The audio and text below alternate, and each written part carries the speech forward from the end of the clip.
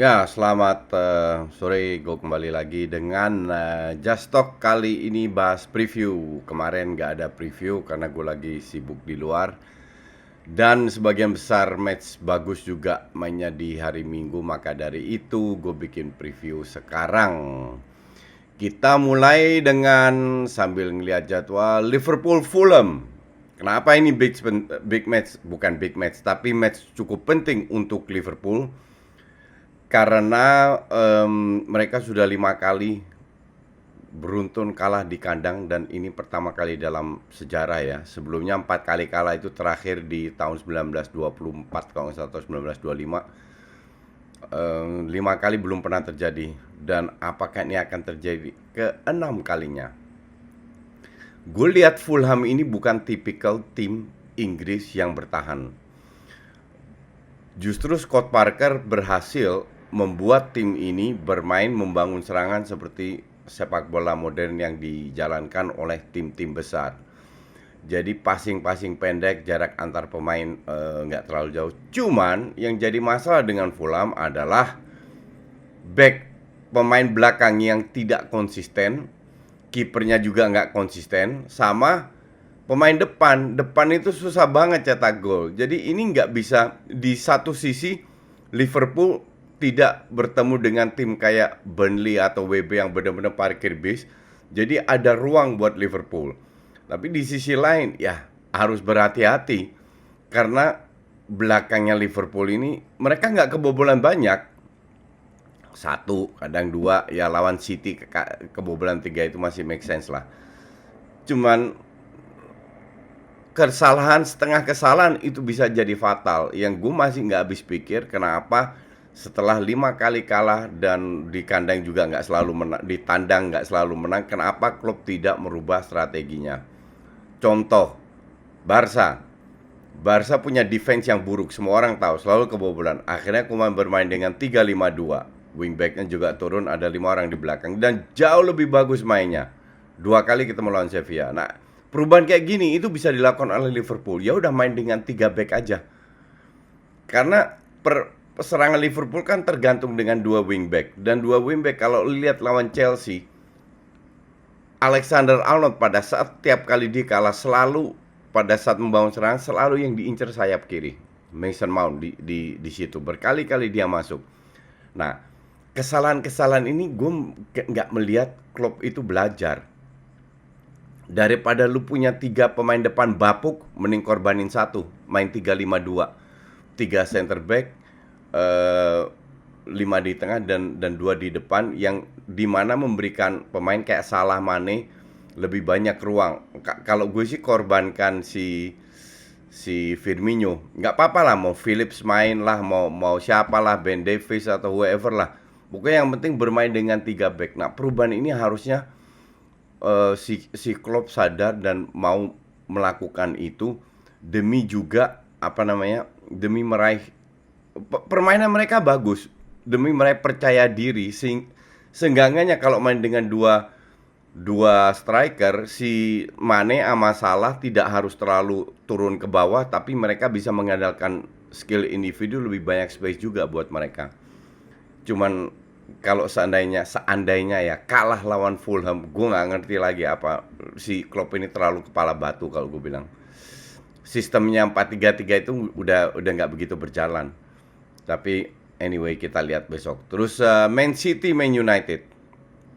MU ini kalau ketemu tim besar sering kali bermain bagus. Ketemu City pun track recordnya nggak jelek dibanding klub-klub lain lah.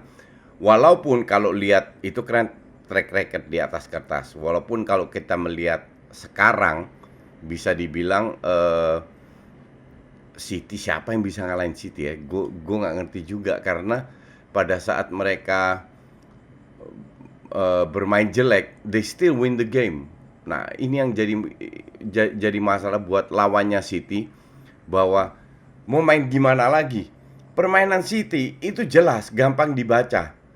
Banyak passing, jarak antar pemain dekat, di depan ada skill individu, bisa lewat bola atas, bermain bisa tanpa. Kalau gue jadi Pep, gue nggak akan pasang Gapsus atau Aguero, gue akan bermain dengan false nine, di mana City selalu bermain bagus dengan false nine. Justru kalau lu main dengan striker dijaga Maguire atau Bailey atau Lindelof, ya susah juga. Karena dua center back ini bisa dibilang cukup solid lah.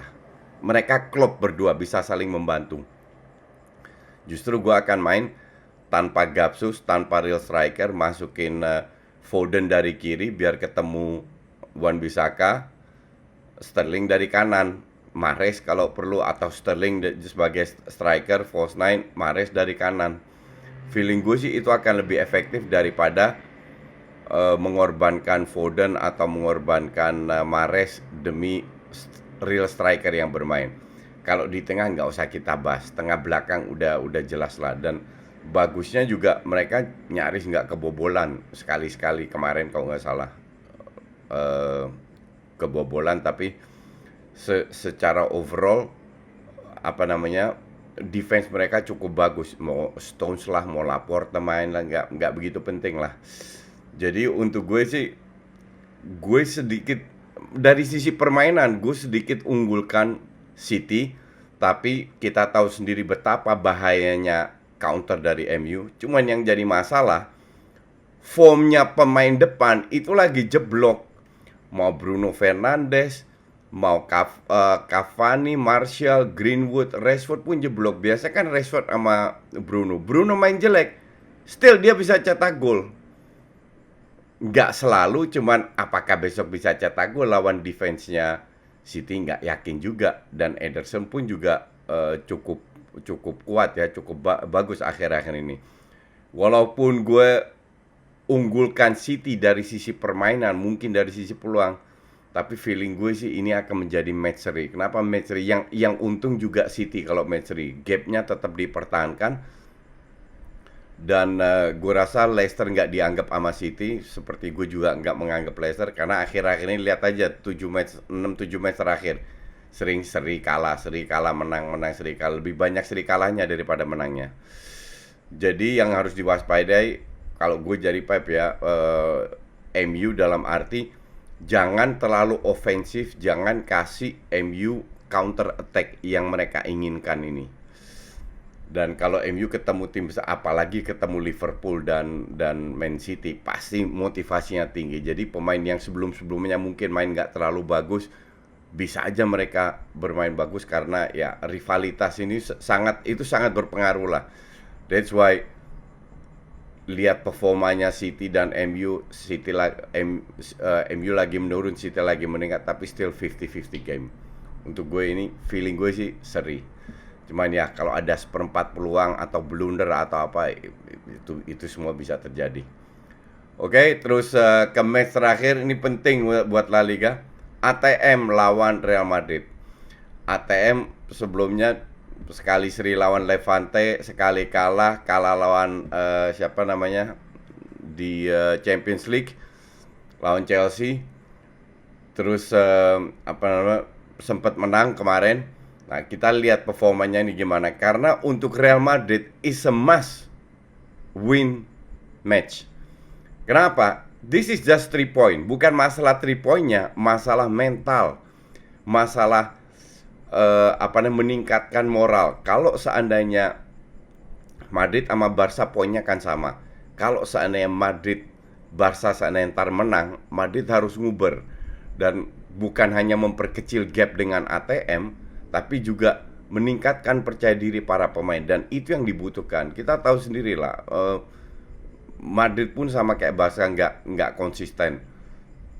Jadi apakah Madrid bisa menunjukkan mentalnya dengan pemain-pemain baru, nggak ada leader? Gue nggak tahu Ramos sudah balik atau nggak ya. Tapi kalau Benzema udah main, itu sangat membantu, sangat amat membantu. Karena 3 pemain depan itu nggak bisa diandelin. Mau Diaz lah, mau Vinicius lah, siapapun lah, Asensio, Isco, mereka nggak bisa memberikan ekstra. Tetap ujung-ujungnya Modric, Kroos yang berpengaruh lah. Jadi untuk gue sih unggulkan Madrid murni karena mental, dan terbukti ATM pada saat tertekan, sering kali itu terjadi, tertekan mereka ngedrop. Dan seperti yang gue katakan juga sebelum-sebelumnya, siapapun yang menang, title La Liga masih terbuka, oke? Karena Barca masih ngincar. Dan ini sudah menjelang berapa 12 match, masih banyak poin yang bisa diraih. ATM masih ketemu Barca juga. Jadi mental dari tiga tim ini akan teruji. Barca Barca akan main, mereka tahu bahwa besoknya ATM ketemu Real Madrid, jadi mereka harus menang lawan Osasuna. Oke?